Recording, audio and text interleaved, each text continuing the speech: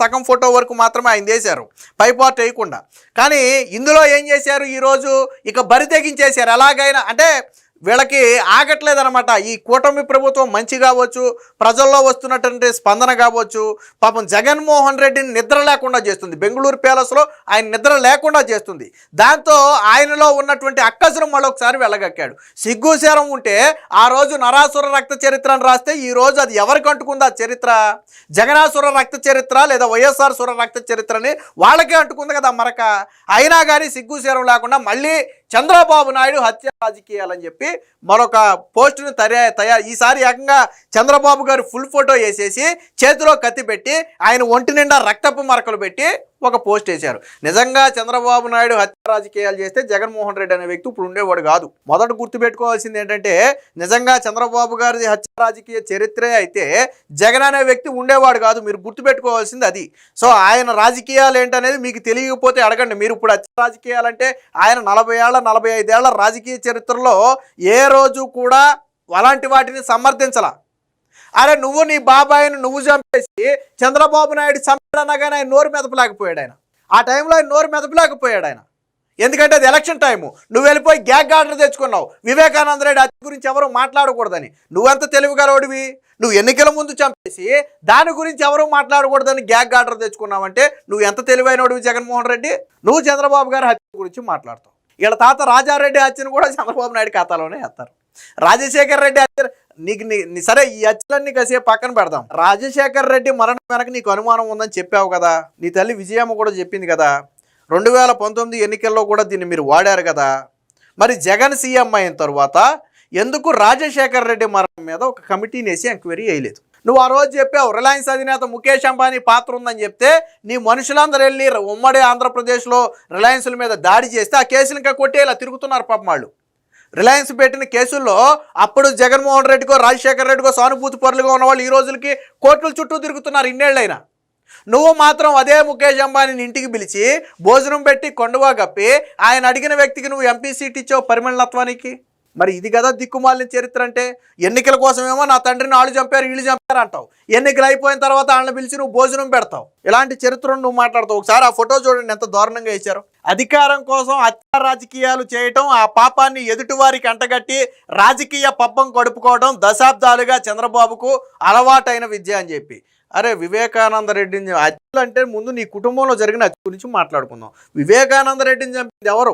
నీ కుటుంబం చంపింది. నా తమ్ముడు నా కన్ను అని నువ్వే చెప్పావు. అలాంటి అవినాష్ రెడ్డి చంపితే వాడిని నువ్వు పక్కన పెట్టుకుని వాడికి ఎంపీ టికెట్ ఇచ్చి వాడిని కడప నుంచి గెలిపించుకుని వాడిని నువ్వు పక్కన పెట్టుకుని తిరిగి, అంటే ఒక హత్య చేసిన వాడిని నువ్వు పక్కన పెట్టుకుని తిరుక్కుంటూ ఎదుటి వ్యక్తులకి నీతులు చెప్పడం ఎంతవరకు సమంజసమై జగన్మోహన్ రెడ్డి? మొహాన కాండ్రించి చూయిరా. పులివెందుల్లో నీ మెజారిటీ ఎందుకు తగ్గింది నేను అడుగుతున్నా.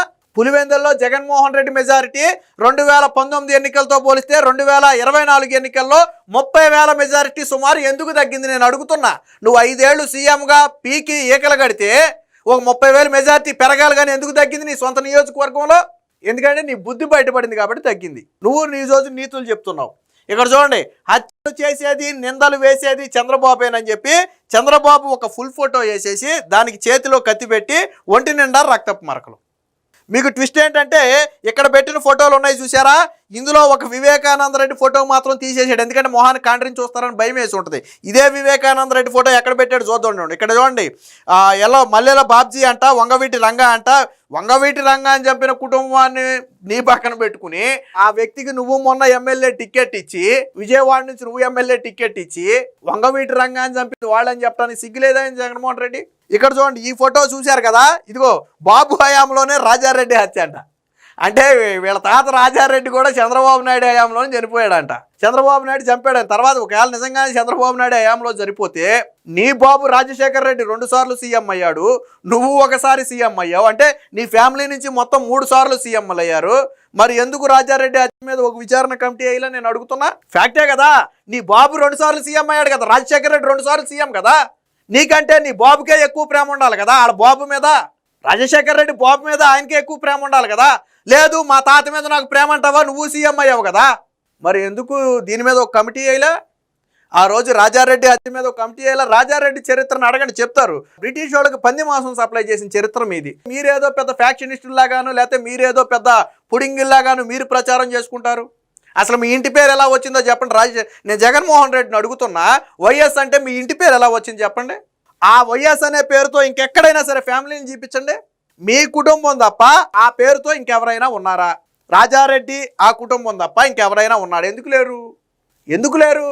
అది మీ చరిత్ర. తవ్వితే మీరు తట్టుకోలేరు, నిద్ర కూడా పట్టదు మీకు. ఇక్కడ ఏం చేశాడు? ఇక్కడ చూడండి. ఇప్పుడు రాజారెడ్డి ఫోటో గతందే, అందులో వేసిన ఫోటోనే. మళ్ళీ బాబ్జీ ఫోటో వేసుకున్నాడు. ఇందులో తీసేసిన ఫోటో ఏంటంటే దసరాది ఫోటో వేసాడు. ఇందులో తీసేసిన ఫోటో ఏంటంటే వివేకానంద రెడ్డి ఫోటో మాత్రం అందులో వేయలే. ఈ వివేకానంద రెడ్డి ఫోటో మాత్రం చంద్రబాబుకి అంటగట్ల. ఇప్పుడు కూడా చూడండి, నరాసుర రక్త చరిత్ర అని అప్పుడు చంద్రబాబు నాయుడు హాఫ్ ఫోటో వేస్తే ఇప్పుడు ఫుల్ ఫోటో వేశారు. తొక్కుపట్టి నారద యుద్ధ ఎలాంటి వాళ్ళనే నువ్వు 5 ఏళ్ళు ఇంతమందిని చెప్పారని నువ్వు అన్నావు కదా.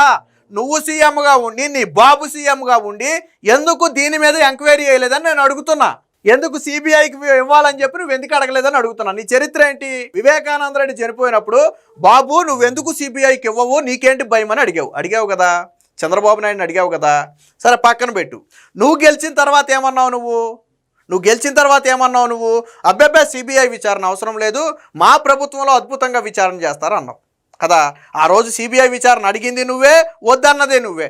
నీ చెల్లి సిబిఐ విచారణ కోసం పట్టుబడితే అవినాష్ రెడ్డి అవసరమైతే ఇంకో 2 కేసులు అవుతే బీజేపీలోకి పారిపోతాడు తప్ప అవినాష్ రెడ్డికి ఊడేదేమీ లేదని చెప్పి నువ్వు నీ చెల్లెలు సునీతతో చెప్పావా లేదా? ఇది కదా మీ దిక్కుమాలిన చరిత్ర. దీనికి సంబంధించి అంటే మరి ఆ పోస్టర్ చేసిన వాడిని ఉత్తినే వదిలేయాలా? ఎందుకు వదులుతారు? సరే, దీని వెనక చేయించింది ఎవడైనా కానీ దానికి ఈరోజు బాధ్యుడిగా ఉన్నటువంటి వ్యక్తి పుడి శ్రీహరి. గతంలో జగన్మోహన్ రెడ్డి సిపిఆర్ఓ కూడా పనిచేశాడు. సో ఇప్పుడు సోషల్ మీడియా విభాగంలో చూసుకుంటున్నాడు. సో ఈ వ్యక్తిని అరెస్ట్ చేస్తే వాస్తవానికి సుప్రీంకోర్టుకి వెళ్తే సుప్రీంకోర్టు కూడా చీకొట్టింది. వాస్తవానికి కుప్పం కోర్టు గతంలో అరెస్టును నిరాకరిస్తే హైకోర్టు దాని మీద స్టే ఇచ్చింది. ఆ స్టే మీద సుప్రీంకోర్టుకి వెళ్తే మీరు ఏదైనా ఉంటే హైకోర్టులో తేల్చుకోండి తప్ప ఇక్కడేం కుదరదు, అయినా మార్పింగ్ ఫేకుల మీద ఖచ్చితంగా చర్యలు తీసుకోవాల్సి ఉంటుందని చెప్పి సుప్రీంకోర్టు చెప్పింది. సరే, ఇప్పుడు కుప్పం కోర్టు బెయిల్ ఇచ్చింది, ఒక దాని మీద బెయిల్ ఇచ్చింది. వెంటనే మరొక దాంట్లో అరెస్ట్ చేశారు. ఎందుకంటే అప్పటికి ఇంకో కేసు రెడీగా ఉంది ఆయన మీద. ఒక దాంట్లో బెయిల్ వస్తే ఇంకో కేసు రెడీగా ఉంది కాబట్టి దాని మీద అరెస్ట్ చేశారు. గుంటూరు పోలీసుల అదుపులో పుడి శ్రీహరి, కుప్పం కోర్టు ఆదేశాలతో బెయిలు. వెంటనే అదుపులోకి తీసుకుని గుంటూరు తరలించిన పోలీసులు మార్పింగ్ ఫోటోలతో సీఎంపై దుష్ప్రచారం. ముఖ్యమంత్రి చంద్రబాబు హత్య రాజకీయాలు చేస్తున్నారంటూ ఆయన ఫోటోను మార్పింగ్ చేసి సోషల్ మాధ్యమాల్లో దుష్ప్రచారం చేసిన కేసులో వైకాపా మీడియా విభాగం ప్రధాన కార్యదర్శి, జగన్ సీఎంగా ఉన్నప్పుడు సిపిఆర్ఓగా పనిచేసిన పుడి శ్రీహరికి చిత్తూరు జిల్లా కుప్పం మొదటి అదనపు జ్యుడిషియల్ మెజిస్ట్రేటు గురువారం బెయిల్ మంజూరు చేశారు. అయితే గురువారం ఉదయం శ్రీహరినే మెజిస్ట్రేట్ ముందు హాజరుపరిచారు. వాదనలు విన్నంత అనంతరం బెయిల్ వస్తే బయటకు వచ్చిన తర్వాత ఏం చేశారు? కుప్పం పోలీసులు ఆయన్ను అర్బన్ స్టేషన్కు తరలించి నోటీస్ ఇచ్చారు. అయితే అప్పటికే గుంటూరు పోలీసులు అక్కడికి చేరుకున్నారు. సో దాంతో ఏం చేశారు? గుంటూరు తూర్పు ఎమ్మెల్యే నజీర్ ఫిర్యాదు మేరకు నమోదు చేసిన కేసులో గుంటూరు కొత్తపేట పోలీసులు అయితే శ్రీహరిని అయితే అదుపులో తీసుకున్నారు. వాస్తవానికి ఇలా అదుపులో తీసుకోవటం చట్టవిరుద్ధం, లేకపోతే మేము కోర్టుల్లో చూసుకుంటాం, లేకపోతే మేమే తీసుకొచ్చి సరెండర్ చేస్తామని చెప్పి అప్పట్లో పుడి శ్రీహరి న్యాయవాదులు ఏదో అడావిడి చేశారు. కానీ పోలీసులు అందుకు అంగీకరించాల. మీరు ఏదైనా ఉంటే కోర్టులో చూసుకోండి. సుప్రీంకోర్టు ఏం చెప్పింది? ఇలాంటి విషయాల్లో మేము కలగజేసుకోమని చెప్పింది. ఆల్రెడీ సుప్రీంకోర్టుకి వెళ్ళాడు పుడి శ్రీహరి. హైకోర్టు ఇచ్చినటువంటి ఉత్తర్వుల మీద సుప్రీంకోర్టుకి వెళ్తే సుప్రీంకోర్టు తిరస్కరించింది. అసలు ఆ పిటిషన్ విచారించడానికే తిరస్కరించింది. ఎంత నీచంగా చంద్రబాబు గారి ఫుల్ ఫోటో పెట్టేసి అసలు అక్కడ full photo Jaganmohan Reddy photo, Avinash Reddy ఫోటోలు పక్కన పెట్టి వేయాలి దాన్ని. కాకపోతే సభ్య సమాజంలో కోర్టులు అనేవి ఒకటి ఉన్నాయి కదా. సో నువ్వు చంద్రబాబు హత్య రాజకీయాలు అయితే ఇంతమంది చనిపోయారని నువ్వు ఫోటోలు వేస్తే ఏ రోజైనా ఎవరైనా సరే కోర్టు మెట్లెక్కారా? వివేకానంద రెడ్డి హత్య కేసులో నీ చెల్లెలు సునీత కోర్టుకు ఎక్కింది. నీ పాత్ర, నీ భార్య పాత్ర ఏంటో తేల్చాలని చెప్పి సిబిఐ అధికారులను ఇప్పుడు సునీత డిమాండ్ చేస్తుంది. ఆ రోజు నీకు ఫోన్ చేసింది ఎవరో, నీ భార్యకు ఫోన్ చేసింది ఎవరో? నేను ఆల్రెడీ గతంలో కూడా చెప్పా, చరిత్ర తవ్వటం మొదలు పెడితే మీరు తట్టుకోలేరు. ఆ రోజు హైదరాబాద్ నుంచి కడప వరకు జగన్మోహన్ రెడ్డిని ఆయన భార్యని తీసుకెళ్ళినటువంటి కారు డ్రైవర్ చనిపోయాడు. ఎలా చనిపోయాడు వాళ్ళే చెప్పాలా. ఫ్లైట్లో వెళ్ళే అవకాశం ఉన్న కారులోనే గంటల పాటు 7-8 గంటల పాటు ఎందుకు జగన్మోహన్ రెడ్డి, భారతీరెడ్డి జర్నీ చేశారు? ఫ్లైట్లో వెళ్ళగలరు కదా వాళ్ళు. జగన్మోహన్ రెడ్డి అప్పటికేం దివాళా తీయలేదు కదా. వివేకానంద రెడ్డి చనిపోయానికి ఎందుకు వెళ్ళలేదు? మిమ్మల్ని తీసుకెళ్లిన డ్రైవర్ ఎందుకు చనిపోయాడు? బీటెక్ రవిని అడిగితే చెప్తాడు మీ చరిత్ర. కాకపోతే ఏంటంటే కొన్ని ప్రజాస్వామ్యంలో కొన్ని మాట్లాడలేము, కొన్నిటికి ఆధారాలు ఉండవు. కానీ మీరు మాత్రం నీతి జాతి లేకుండా చంద్రబాబు గారికి నేర చరిత్ర. నిజంగా చంద్రబాబు గారి నేర చరిత్ర అయితే 2 సార్లు నీ బాబు సీఎం అయ్యేవాడు కాదు, ఇప్పుడు నువ్వు సీఎం అయ్యేవాడు కాదు, ఓడిపోయిన తర్వాత ఇప్పుడు నువ్వు ఉండేవాడు కాదు. నిజంగా చంద్రబాబు గారిది నేర చరిత్ర అయితే నువ్వు చెప్పే రాసావు కదా, హత్య రాజకీయాలు అన్నావు కదా, మరి నీ బాబు 2 సార్లు సీఎం ఎలాగయ్యాడు, నువ్వు ఒకసారి సీఎం ఎలాగయ్యావు, ఇప్పుడు నువ్వేలాగున్నావు? ఇక్కడ హత్య రాజకీయాలు అయితే నువ్వు ఉండకూడదు కదా, అప్పట్లో నీ బాబు ఉండకూడదు కదా. ఏది ఏమైనా మొత్తంగా చంద్రబాబు గారి మీద మార్ఫింగ్ చేసినటువంటి జగన్మోహన్ రెడ్డి కీలక అనుచరుడు, ప్రస్తుత సోషల్ మీడియా విభాగంలో పనిచేస్తున్నటువంటి పుడి శ్రీహరిని అయితే